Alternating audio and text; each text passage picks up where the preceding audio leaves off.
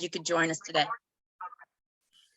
For those who don't know me, I'm Cindy Olson. In a past life, I was the CHRO and on the executive committee of Enron, and now the founder of the Executive Strategic Alliance. And just a couple of housekeeping items before we get started. As you could tell, because you just heard the lady tell us it was being recorded, we are recording this.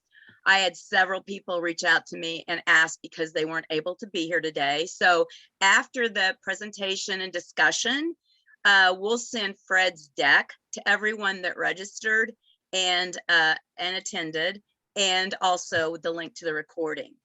And then 2, feel free to ask questions at any time by putting them in chat, and Chelsea and I will monitor the chat to make sure that they are all answered. And then we'll also have some time for questions at the end of the discussion if you'd like to come off mute and come on camera and ask. So for the past 6 years, we at ESA have partnered with ADP to build this executive community of over 1,200 participants in 20 cities, delivering world-class thought leadership and exposure to innovative technologies that are shaping the future of work. ESA is unique in that we bring CHROs, CIOs, and other work tech executives together because we fundamentally believe that they all must be in lockstep with each other to deliver the kind of worker experience necessary to attract and retain talent, especially now.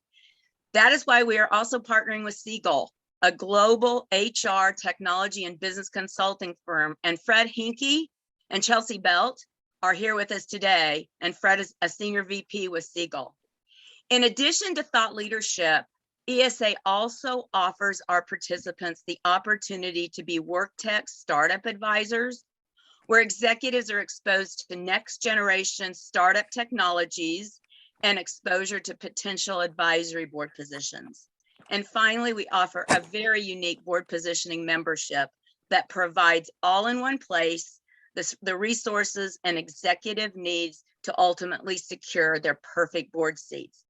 So with that, I would like to introduce our 2 guest executives joining the conversation with Fred today, and then I'll turn it over to Fred. Carolyn Schneider has worked in the private equity-backed investor-owned health system sectors throughout her entire career. She currently serves as CHRO for Ardent Health Systems, a leading healthcare system with over 200 sites and 26,000 team members. And prior to joining Ardent, Carolyn served as Chief Human Resources Officer at Horizon Health and led human resources for 10 years at Capella Health. She majored in humanities at SMU in Dallas and received her master's degree in business administration from Vanderbilt. Tim Juergensen is the Vice President and Chief Employee Experience Officer for Covenant Health, and he brings 25 years of experience in human resources, organizational development, and talent management. And Tim also served as Interim Chief Human Resource Officer at Columbus Regional Health, Global Leader for Talent Management for Cummins, Inc., and as a Program Manager and Change Management for Eli Lilly. And Tim has numerous certifications, including a Sigma Black Belt and a leadership certification from the Disney Leadership Institute. These 2 executives are amazing, you guys, and we're so honored to have them join us today.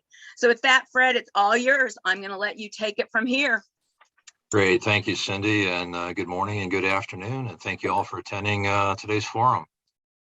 And Cindy, thanks again for enabling Segal to host this session and for all your help in preparing, as always. I'd also like to thank Chelsea Bell, my colleague, who's providing technical support, but she's also very instrumental in gathering much of the research that we're going to share here today. And these 60 minutes, or what remains of them, we're going to spend today focused on really conversation, not so much a presentation. And we are absolutely thrilled to have Tim and Carolyn on today as they share their practical experiences in designing, launching, and managing well-being initiatives, as well as what they're seeing on the horizon. We have a few slides to set the stage for discussion topics. We also have some rather easy exercises to help frame the main topic, employee well-being. And as we go along, please enter any commentary or questions you have in the chat area. We're going to be monitoring that in real time, and we'll pause to address them. We're interested in what is working for you, how you're operationalizing well-being initiatives, and what you're experiencing. So let's get on with what should be a great discussion on a very timely topic, the interdependent relationship between employee well-being and company success. So we're going to start by talking about what is well-being and why should we care about it. Some of it seems obvious, but there are still skeptics out there. And building a case for well-being initiatives is not necessarily a slam dunk. We're going to talk about what good looks like in terms of a healthy workforce, who is accountable for a healthy workforce, and we're going to finish up with where do we go from here. Now, if we don't get through the entire deck today, and we have great conversations that stop us on the second or third point, that's very okay. Again, this is really meant to be a conversation. So moving along, one more slide. So as you can see from the stats in the left column, burnout is a very real thing.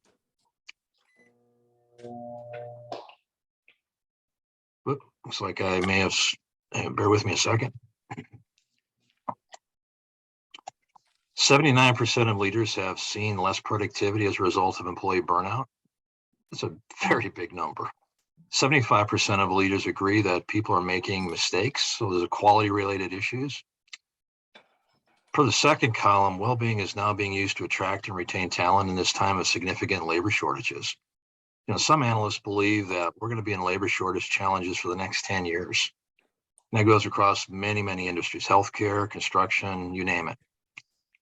Employee experience has dramatic impact on employee engagement and ultimately customer satisfaction, as you can see in the third column and fourth column. And yes, there is a business case for taking employee well-being seriously and doing something about it. 26% of employers surveyed recently adopted a well-being strategy for this year.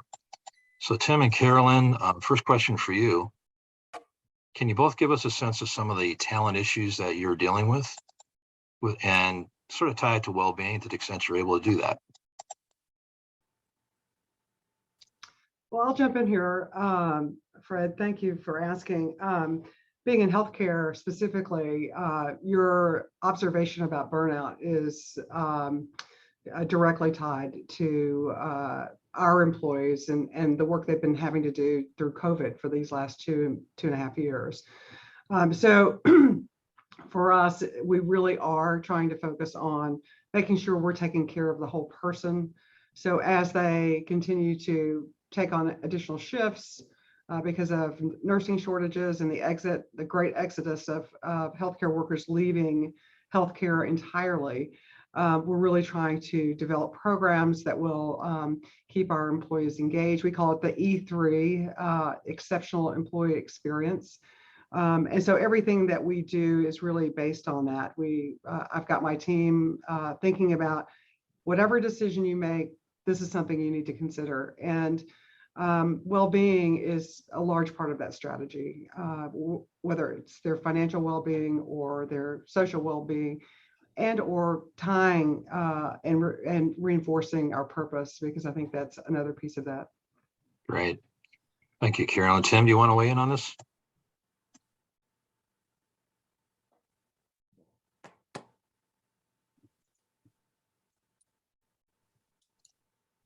Tim, you're speaking, and first, I think you may be on mute. Can you hear me now?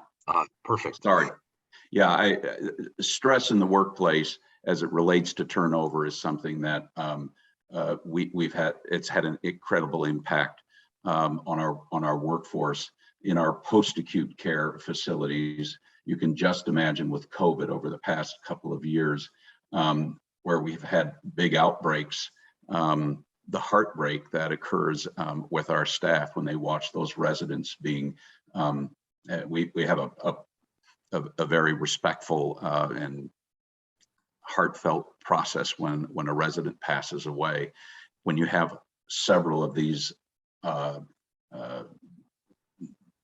events happening every day for a period of time, we were able to actually track back to our stress having impact on over 60% of our turnover issues in our PACs and close to 40% in our acute care facilities. So it's very, very real for us, and we knew that we had to take a structured, intentional approach towards equipping leaders with the ability to understand and address the issues with their employees in terms of what's going on with not only physical well-being, but the emotional piece of that well-being. Well, the stat in the third column, the very first one, 71% of leaders expect high performers will quit due to employee burnout. So any thoughts in terms of high performers and why they may be moving towards quitting? And what can we do about it? Well, I'm in the healthcare business for sure. You know, our folks, and when you look at statistics and engagement surveys, you'll generally find commitment to mission and even the organization higher than in other industries, just because of that connection to purpose, so to speak. So again, when you've got folks that are struggling to take care of patients that are so sick, and watching that you know, the death rate and people struggle with COVID, and the impact that even has on their ability to do that, because we're so understaffed, it's going to have an impact on our performance as well. So when you take a look at our quality metrics and our patient satisfaction metrics, we've taken a hit there due to the staffing issues. We can directly tie it back to our staffing issues. Well, one thing that jumps out at me here is 60%, if you look in the second column, second point down, 60% of employees say well-being support is a top priority when applying for a job.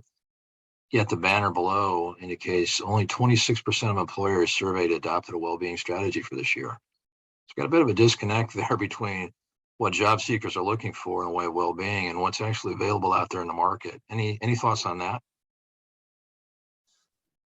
Yeah, I think that notoriously in healthcare, sometimes we're a little bit behind the curve on what's really happening. But I would say that, you know, we're all coming out of COVID, right? It's not just our team members and our caregivers, but we're all coming out of it. And so I think people are really trying to figure out how we can best support our team members, right? We've had wellness programs in place for years.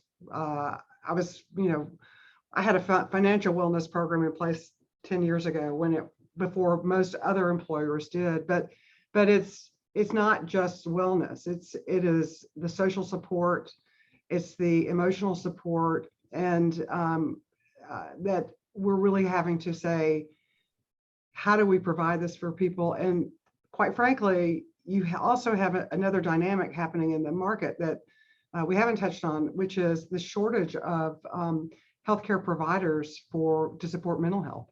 I saw a white paper that showed 50% of all U.S. counties do not even have a psychiatrist or a psychologist. And so when our employees do want to see someone, they're really struggling to get appointments and to get the support they need. So I just want to add that color to it as well. Yeah, thank you, Carolyn. I mean, there's a huge surge in investment right now for online platforms as a kind of a triage for folks who can do some level of self-service, if you will, before getting to psychiatrist, psychologist type support. Big investments being made right now. So in the interest of time, we're talking here about why we should care, and what are some of the potential inputs to a business case for doing this. Beyond the just the caring for fellow human beings, there is a business case. If we can move on to the next slide. So there's a lot of discussion out there, a lot of noise, if you will, around wellness and well-being. Wellness has been around for a long time. Well-being is a fairly new term, and they don't necessarily mean the same thing. And so for those of you on the call, as you look in the left column, A through J, fitness, emotional health, etc., and you look at well-being and wellness on the right, how would you match fitness? Which one does it fit or match with the best, well-being or wellness? B, emotional health, which one does that match with the best? So on and so forth. So think about, what is wellness all about and what is well-being all about? And we'll give you a few seconds to think about that. And then I'm going to ask Tim and Carolyn to do their match and tell us why they're matching it the way they're matching it.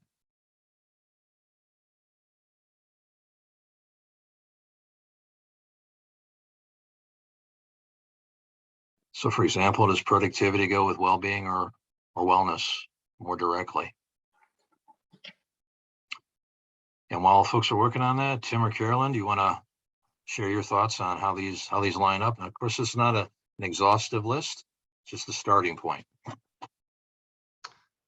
So for me, I would just say any of these that actually line up with just your how an individual may present at work, right? Less about, I think about wellness is much more of a physical state. Well-being is more of an emotional state. And so I would say anything that really, any of these items that will support a good affect in the workplace is how I would link these personally. So for example, diet, nutrition, you'd probably take that and attach it to wellness. Correct. Okay. Tim, any thoughts?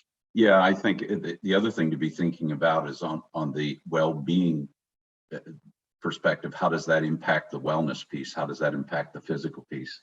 So if our state of well-being isn't quote unquote healthy, motivated, what type of impact does that have on our physical health? And I think we all know that there's plenty of data out there that says our mental or emotional state can have a very significant impact on our physical well-being. So I think they're interdependent, Fred. Yeah, I would just to say one more thing about this that I think is intriguing, because as I was preparing for this today, I read a study from I think it's the London School of Economics, and one of the things that they had done, there had been a survey done or a test. It was from Deneve and Oswald, this study from 2012, but they took 10,000 young adults in the US and they compared their siblings and they were from the same family, and they also controlled under these other observable conditions. But what they found out, which, and I think this is really interesting, is that those of the individuals who reported a higher level of positive affect and life satisfaction at age 16, 18, and 22 had significantly higher levels of earnings later in life. I thought that was fascinating. Yes. So drawing this back to your productivity measures, Fred, I think this is the state of well-being. It has a direct correlation to the productivity of the organization. Well, thank you for sharing that. That is fascinating. Chelsea, if we can move on to the next slide real quick. This is sort of the answer key, if you will, and Tim rightfully pointed out, well-being and wellness are very interdependent with each other. And so, for example, if you have a chronic illness, it's likely going to challenge you emotionally and mentally, and potentially financially.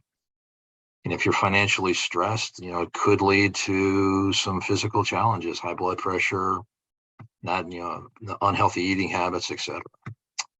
So again, wellness is really, as Carolyn pointed out, focused primarily on the physical aspects, whereas well-being is much more holistic. And we as an industry are really graduating to well-being. Wellness programs are still important, they're foundational, but we're graduating to the more holistic approach. If we can move on to the next slide. Don't want to spend a lot of time on this one, but just to say that well-being and wellness are not the same thing, but they do go hand in hand. And one of the things we talked about the other day is, where does spiritual health kind of fit into this in terms of helping us cope with stressful situations? And let's maybe spend a moment on that. Carolyn, anything you want to share on that? Yeah, I think that if you ever get a chance, there's this great book called Search Inside Yourself. It was written by the chief happiness officer at Google, and it really focuses on what you as an individual, how you show up and what your that spiritual side of yourself, whether it's a meditation, whether it's mindfulness, whether it's your religion, and making sure that you're feeding the soul. I think that's another large part of well-being, is if you're not able to encapsulate that part of your life, then I think you're off balance. And so I don't know how you have well-being without having that component as part of it as well. Not saying that we need to go into religion in the workplace, but really, how do we address and make the spiritual aspect of people's lives accessible through a workplace? Well, thank you for sharing that. Tim, anything you want to add? Yeah, absolutely. I think at Covenant Health, one of the things that we actually take time in major meetings at the beginning of every major meeting is connection to purpose. That intrinsic connection to one's work, and also focusing on, and we put this on the shoulders of the leaders to know their employees well enough to have a relationship with their employees where they help their employees intrinsically connect to purpose and doing meaningful work that they love to do, work that they want to do. And I think that's really important. I love the way Marcus Buckingham puts it in terms of connecting love and work, but we take that connection to purpose is something that we actually have a structure and intention around at Covenant Health, and it makes a difference. Thank you, Tim. Hey, Chelsea, if we could go back just one slide for just a moment. If you look at the very bottom left, healthy relationships are really important to well-being. And since we spend so much time at work, a relationship with our direct manager or supervisor is so important. We're going to spend some time on that a little bit later on, but I just wanted to point that out. Thank you. If we can move on to what are we solving for? So this is just a partial list of what we may be solving for with well-being initiatives and programs. And so all of you, if you could enter your thoughts in the chat area relative to what are your top priorities as you think about well-being, where you're going to focus, where you are, or where you're planning to focus your well-being initiatives. So is it to address labor shortages, long-term retention, community perception? We'd love to hear from you. And while you're thinking about that and keying in, Tim and Carolyn, relative to how you're addressing well-being in your organizations, which of these really stand out for you? Well, I'll go first. As I look at when it says employee motivation to succeed and innovate, I mean, all of these, we're worried about all of them. But, and you notice my title is Chief Employee Experience Officer. We have a real conviction that our function, our people function, is critical to our customer function, so to speak. So we say the better the employee experience, the better the patient experience. In fact, we've even started to combine when we look at quality and patient satisfaction metrics, we're also looking at the employee experience metrics as well. And it's amazing the connection. Let's just say we've got a facility where falls are a problem. Again, in the healthcare, patient falls are something that we try and eliminate. We want it to be zero, but we've noticed employee experience issues where we have a high degree of falls. We've noticed that there's employee experience issues and even leadership issues in those departments where we're finding a higher degree of falls. number of falls that we found leaders that they don't have a great relationship with their team members. So that one, if you want to do, if you want to have great success with our patients, we found that we've got to be focused on making sure our employees are set up for success. Great. Carolyn, you want to weigh in on that? Yeah, I would concur with Tim. All of these are super important. And for us, being caregivers, I think primarily, how are we going to solve the labor shortage problem? We have an issue specifically around nurses where I've done the math, and we're going to be about 1 million nurses short over the next 10 years. Even if you add in all the number of graduate nurses that are coming into the system. So we have to think about a different way of working. The other thing that I think about is, so how do I solve for that? But then how do I develop loyalty, especially in a society that rewards disloyalty? Everywhere on your phone. I mean, I've got recruiting apps that I love because I can reach out and touch people, chatbot and text recruit and everything else.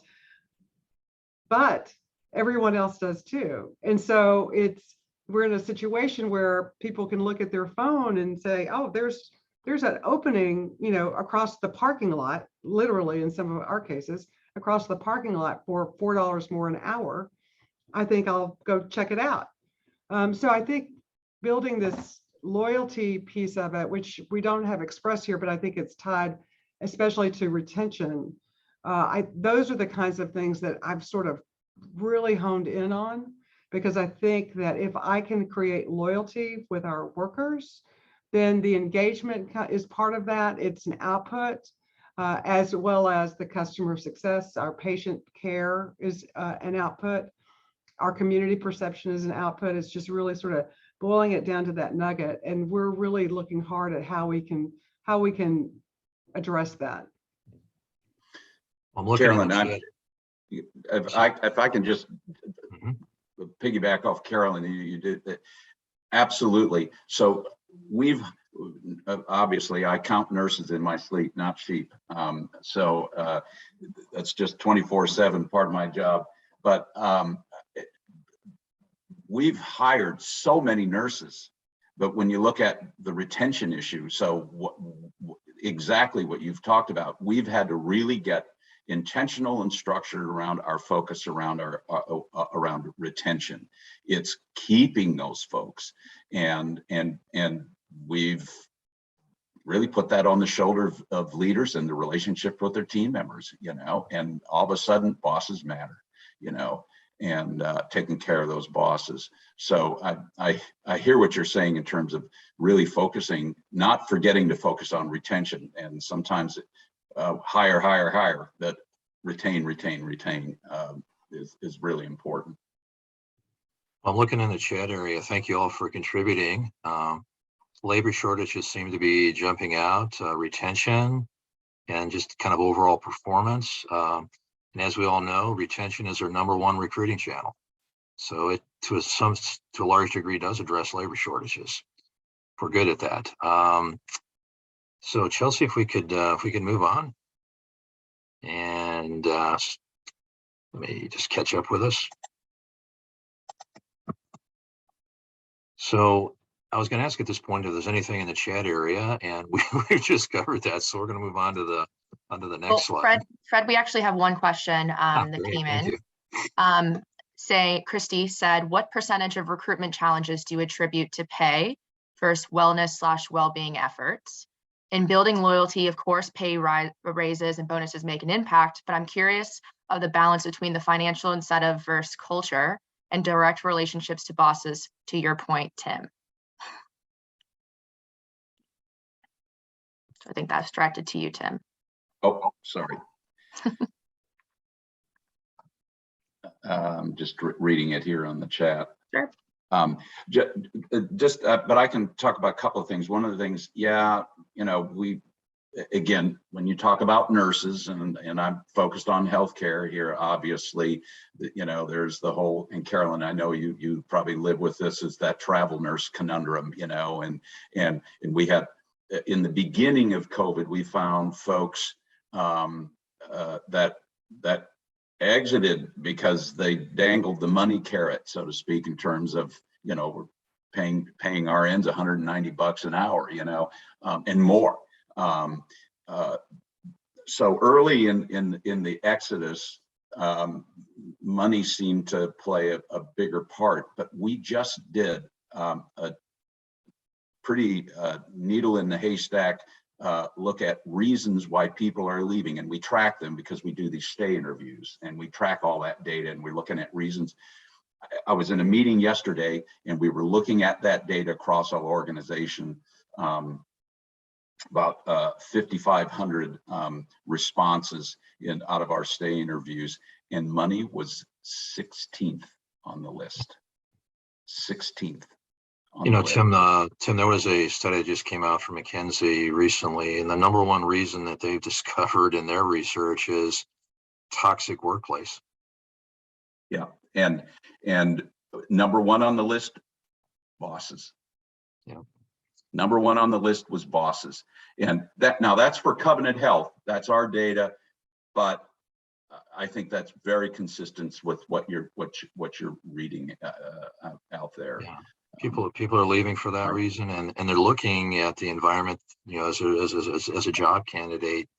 Is this going to be a healthy environment? A lot has changed in the last couple of years, and we could spend an hour just on the topic of remote workers and hybrid workers. Maybe we could just schedule a follow-up on that one. But 70% of job seekers who are not on-site workers. Most healthcare workers are on site, construction workers are on site, but for the non-on-site workers, 70% of them are saying that they want some flexibility in their work schedule, and they want the ability to work at least partially remote as they're looking for their next job. 70%. So that's a big factor. So Chelsea, if we can move on. We have a few other questions unless you want to come back. Oh, awesome. I should be looking at the chat area constantly. Sure, Yeah, no worries. Let's pause right there. I apologize. I think they all, Christy also wanted Carolyn's take on that as well, the question that was directed to Tim. So it was directed to both of you. Apologize. So Carolyn, if you wouldn't mind weighing in as well. So I would say that because we look at our turnover data all the time and exit interviews, and to Tim's point, there was a huge surge of nurses leaving for these travel positions. I've actually took a look across the landscape with some of our larger health systems just to benchmark Ardent around those. And generally about 10% of the churn in nurses were leaving for travel positions because the pay was so incredible. You think about these, it's let me put it and frame it up this way, because I think this really is sort of how I've talked about it. Nurses have discovered gig work. So we've now moved into a whole new era where, instead of a Lyft or an Uber, you can pick up this side work anywhere. Nurses have discovered this, and they get paid, twice what they were earning. They can work for 4 months and then take the summer off, or they can, work for these travel assignments and do other things. They do get tired of it though. And so at some point they will come back to the organization. And we've done a lot of re-recruiting as a result of that. But the other reason that people leave our organization is stress. It is the stress of the situation. And in healthcare, it's unique because to Tim's point or to Fred's point, they are bedside, right? They're at the bedside. They have been taking care of COVID patients for 2 years. They thought they were going to get relief when the vaccinations came in. They didn't necessarily get relief. And I'm, not making a political statement at all, but the fact that the vaccination was politicized created some angst with our healthcare workers, because people don't understand why people won't get vaccinated and prevent this. So there is a lot of stress in the workplace, worker shortage, trying to get dealing with contract labor, that there are people that they don't know that they're working side by side with. So that stress of the situation, and what we're doing is we're reaching out to the folks that left, asking them to come home, and bringing them back home. The other piece that's kind of interesting is you've all heard about the Great Resignation, you know, the 4.1 million people that left the workforce in August of last year. I'll tell you, an alarming statistic with that number is that 534,000 of that 4.1 million quit healthcare.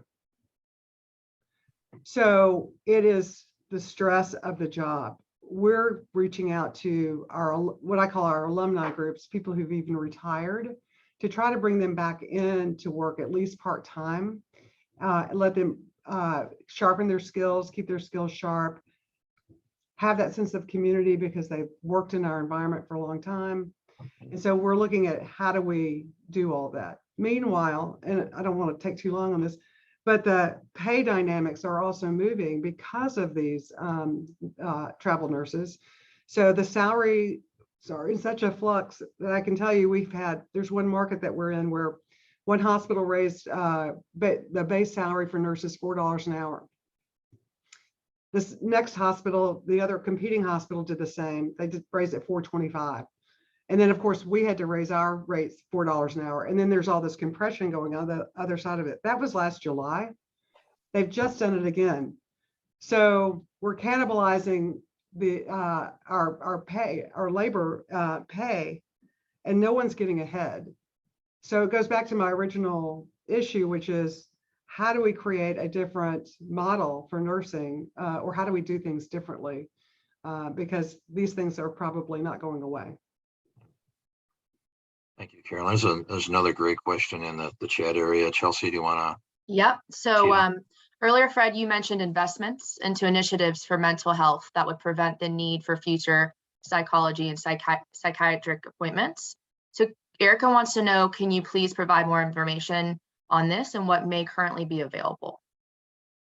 Yeah, that's a great question. So I think I'll start off the answer. I'm going to look for Tim and Carolyn to back me up and add to it. But you know, I think part of it is wellness programs have been around for a while, specifically EAP, employee assistance programs, and you know, many of those programs have not gotten great participation rates. And so when you come along and say well-being, everybody immediately ties that to EAP.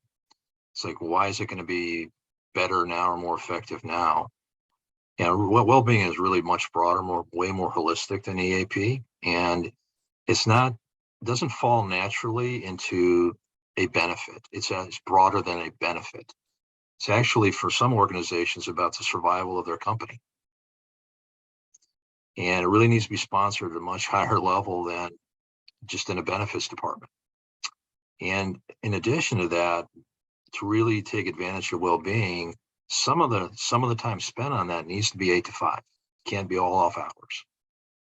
And it needs to be accessible from anywhere at any time. And I'm going to just pause there. Tim, Carolyn, anything you want to add? Yeah, I think when you take a look at EAP, there's a stigma there. And if you look at our own utilization of we're in the process of changing our whole strategy and approach and methodology to EAP, quote unquote.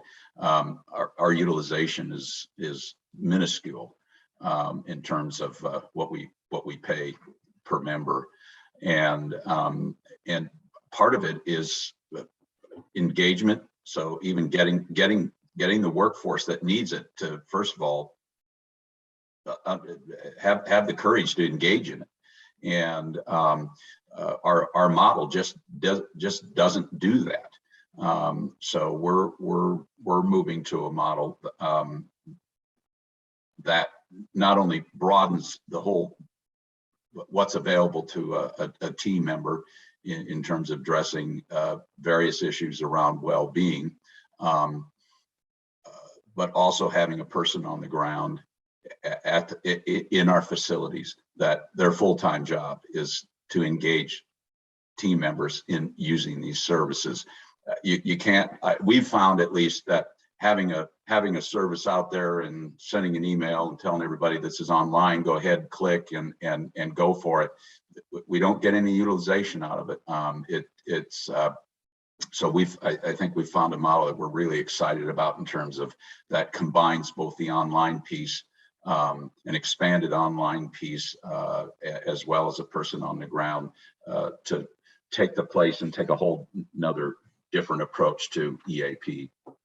And anonymity is really important as well. And, traditionally that's been a kind of a question mark, right? If I enter into a program like this, am I really anonymous?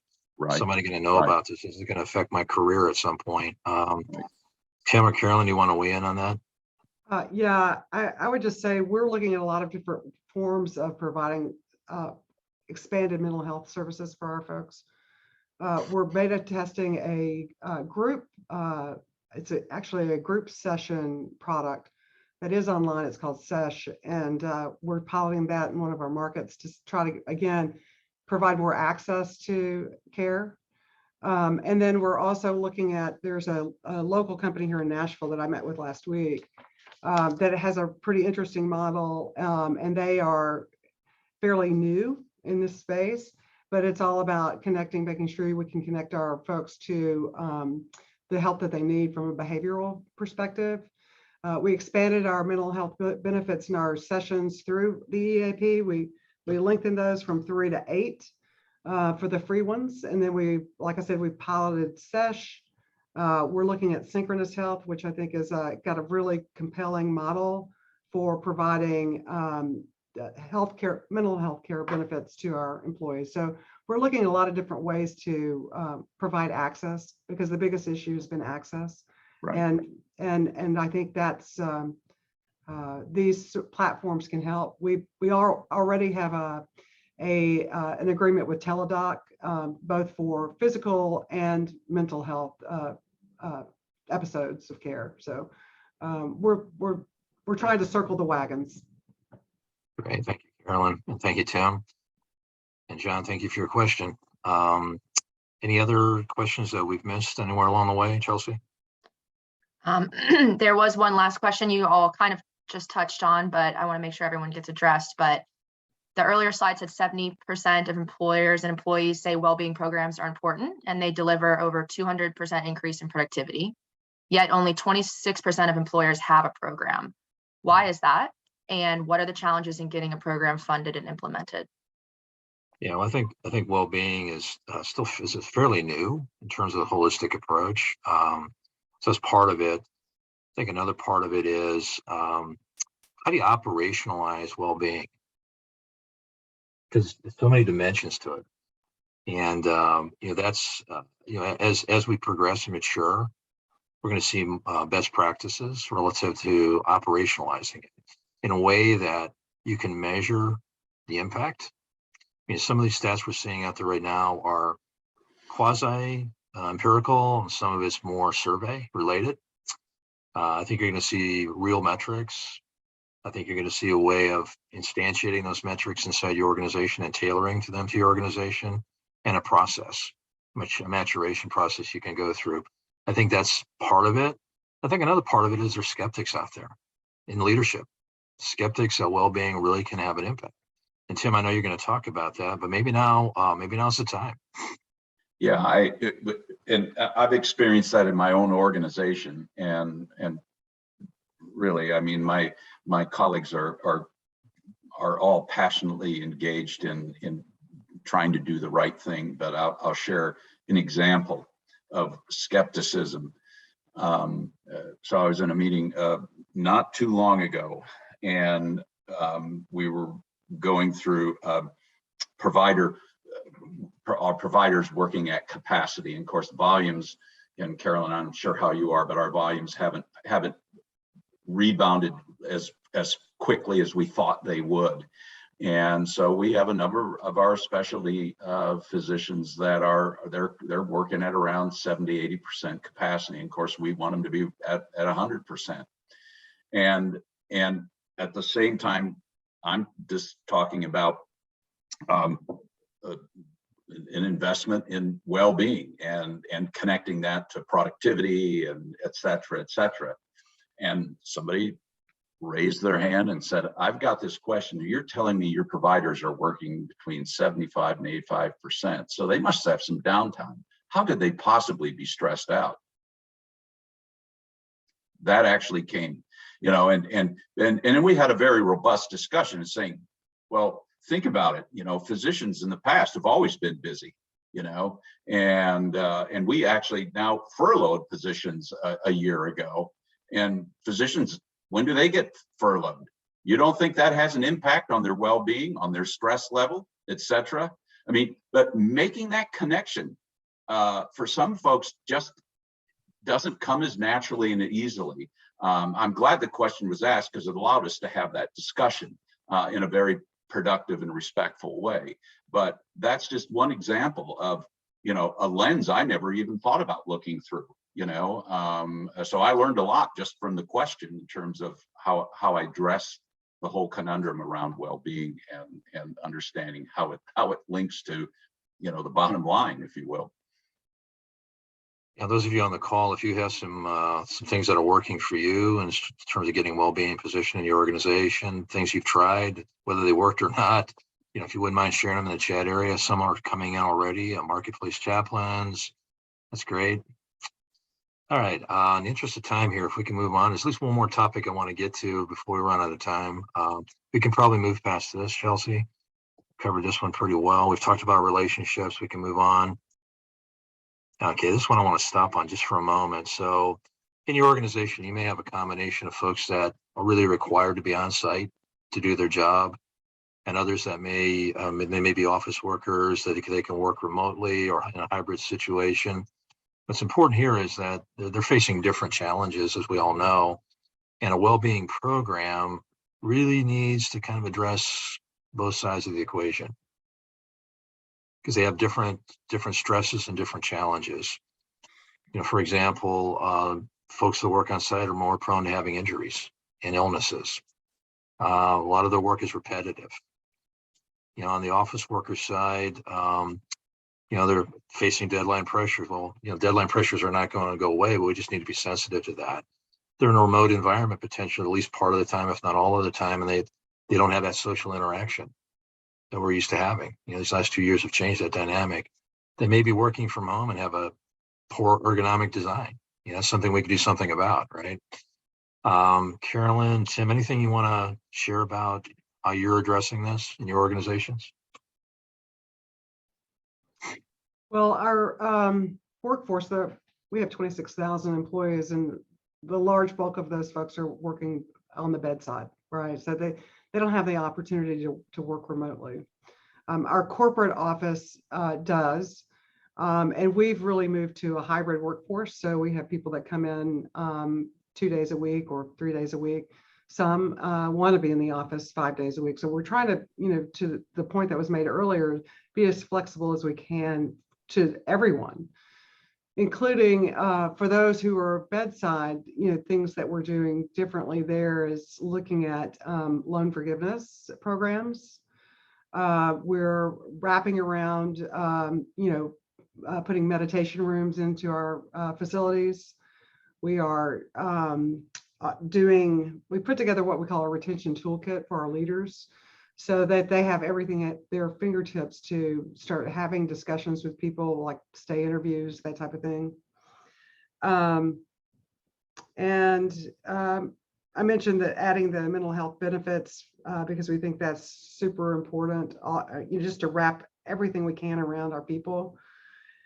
And I know that Tim mentioned this earlier, but we also have our Connect to Purpose. I think people want to feeling connected to a mission is critical. And for those of you who are not in healthcare and may struggle for that, you know, healthcare is pretty, is so mission driven, whether you're a for-profit or a not-for-profit type of arrangement, financial arrangement, we're still caring for others. And so our purpose is caring for others. And so, and we state that always. We reinforce that mission of caring for others, which includes our patients, our community, and each other. And that each other is very intentional. That's great. Thank you, Carolyn. Tim, anything you want to share? Sure. I think I mentioned earlier how important the relationship is between the team member and the leader, and making sure that our leaders have the tools, the skills to nurture that relationship. So the stay interview piece we put into place very intentionally, formally, structurally in late 2020. And while our competitors were, I just have to say it was very successful. Our competitors were, their turnover was rising incredibly fast. We actually reduced turnover by 9% in 2021.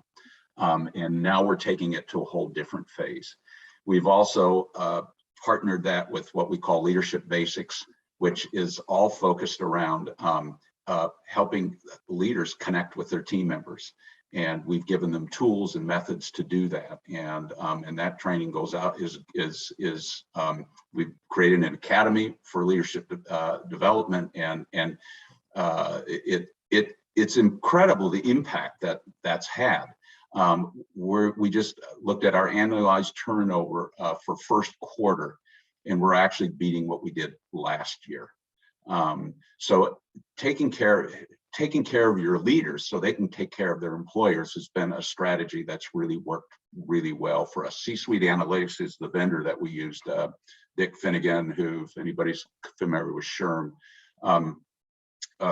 they've been really instrumental in helping us really shape the stay interview strategy. And it's not just a stay interview, it's what you do after the stay interview and the stay plans and your forecasts. So we've really had a very intentional focus on retention.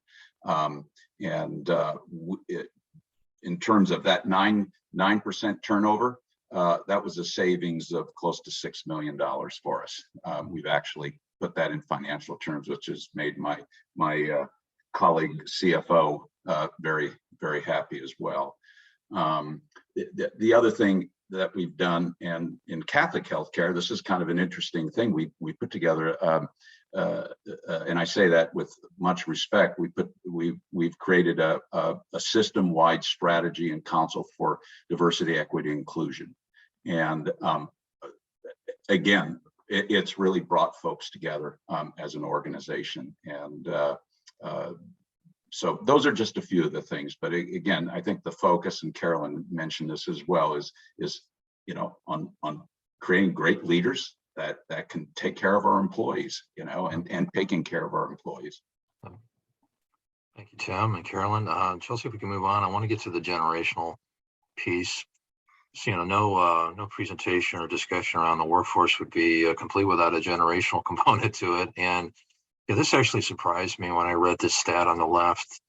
71% of Gen Z said the pandemic increased their levels of stress way more than the other generations that are in the workforce. And I thought about that a bit. The stats didn't really get into why, and so I speculated a little bit about that. But think about what happened in the last couple of years. Many Gen Zers took on a job for the first time out of college. And what was their onboarding experience like? It may have been remote, fully remote. They're learning how to use benefits for the first time. They're building relationships with their colleagues, probably either in a remote situation or a high stress situation. They don't have the benefit of kind of building their own kind of infrastructure and ecosystem. They're just starting out. So again, speculating a little bit, but that sort of came to mind. They may not be as established in their organizations, and they may not have emergency funds yet. So they have some financial stresses as well. Any thoughts on this, Tim or Carolyn, as you're looking at well-being? Is there a generational component to what you're doing, or are you sensitive to the generations? Yes, very much so. And I would add to your point about the Gen Zs, because we saw this playing out with some of my colleagues and their children. They were starting their new jobs but they started remote, as you mentioned. But for many of these kids coming straight out of college and starting their first jobs, they're also, this is also their social network and where they meet their future wives and husbands, right? So the whole dating piece of this, was cut off. And so I think that this statistic is meaningful and probably straight on. And for us, when we think about, I mentioned some of our retention work that we're doing in recruiting. You go to these baby boomers on this far end of the spectrum that are retiring, because we had in 2019, right before COVID hit, there were 500,000 nurses that retired in the workforce just because they were aging. And so we've created this alumni pool to start bringing them back on a part-time basis. And then we have to think about all of these different groups. We did a total rewards survey that we cut by demographics from a generational perspective, so that we can look at what do people want and what do people need. And they vary by generation. And so we're framing up our benefit plan designs as a consequence, using that data to help us, inform and provide what people need at the time that they need it. Well, thank you. Tim, anything you want to add? Sure. I just, the one thing when you take a look at this, one stat that we're very aware of is that those, the Gen Zs, their average time in a workplace is about 2 years and 3 months. And you go to the millennials, they're about 2 years and 9 months. So as we shape the focus of our retention model, not that we leave the baby boomers and the Gen X's out of the picture, we don't at all, but we know we got to focus on those folks that are in their first year of work in our organization, and really make sure that we're listening to them and looking at those folks, especially the Gen Zs and the millennials. I think that's really, really important. Well, thank you, Tim. Chelsea, if we could jump right to slide 19. And we've covered a lot of this material already, but so in terms of metrics, those of you still on, if you have a moment, if you could sort of put in the chat area, what are you measuring from a financial wellness, emotional wellness, mental wellness standpoint, or well-being standpoint? We have plenty of metrics around physical well-being. We've been developing over the last couple of decades relative to healthcare, et cetera, but financial, emotional, mental layered on top of that. What are you measuring today? And I'm going to turn to Tim and Carolyn. Maybe even if you're not measuring it today, what are you planning to measure moving forward for these three components of well-being?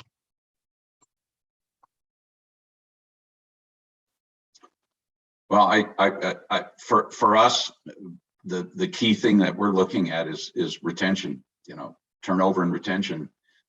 When people choose to stay, and they choose to stay, when they choose to stay, we feel that that's a really good indicator that we're doing a pretty good job of taking care of our employees. Tim, are you planning to tie those to any of these dimensions of well-being, or is that kind of a general metric?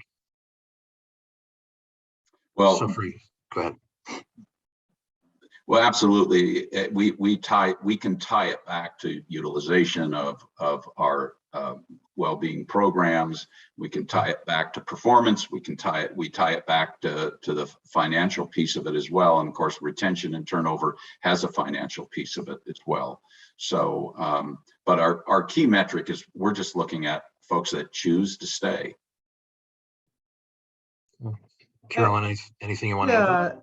So we use we pulse our employees with some frequency, and we have designed specific questions around some of these measures, as well as looking at how do our employees, if we look at the financial piece, how are they doing in savings through our various saving plans. From an emotional perspective, I think we do look at utilization rates on that. Being in healthcare, you have a sort of unique lens because people are seeking care at our own facilities. So it's just, it's a little bit different in that respect. And then, but I think the specific questions around, you know, do you have friends at work, for one, because that addresses some of the social, and then would you recommend to, would you recommend Ardent is a good place to work? Very specific in our engagement is where we really try to drill this down. And then the biggest issue around that is, and by the way, we do come up with like a NPS, a Net Promoter Score, for our employees. But the biggest aha for us was, you know, do you expect that we'll be acting on this information, which is kind of revealing as well. So really addressing some of that with the pulse surveys that we do. We've been very fortunate to also be in best places to work in several of our markets. Our corporate office has won it 5 times in a row. I mean, we've just recently won Best CEO from Comparably, and also Best Workplace for Women. We have a very robust program for women. It's called Women at Ardent, and a very strong DE&I programs that we put into place, because our really, and I'm about to hire what I'm calling a director of belonging, because I want to really synthesize this notion of belonging, because I think that's the secret sauce. If people feel like they belong to the organization, they can, that they will thrive and stay with us. Hey, Fred, sorry to Yeah. be the police, but we're over time, and I know. never go over time in these things. So Sorry, Cindy. that's Well- okay. That's okay. I think this just shows you that we've got another follow-up encore. We did this with Marcus Buckingham too last month, and it just shows you we're hitting on some really good topics. So Fred and I will be back to you guys, and we'll do an encore on this. I will mention that 2 of our next events feature Marcus Buckingham again on May 12th. And then Neil Gandhi from McKinsey is going to talk a little bit about this as well. And he's on May 25th. And then Fred will be back in June, and probably should bring this up as an encore, Fred. Great job. And Carolyn and Tim, oh my gosh, what great information. So thanks, everybody. Thank Sorry you. to Thank you, cut it Tim. Thank off. you. Carolyn. Thanks for having us. Thanks for having us.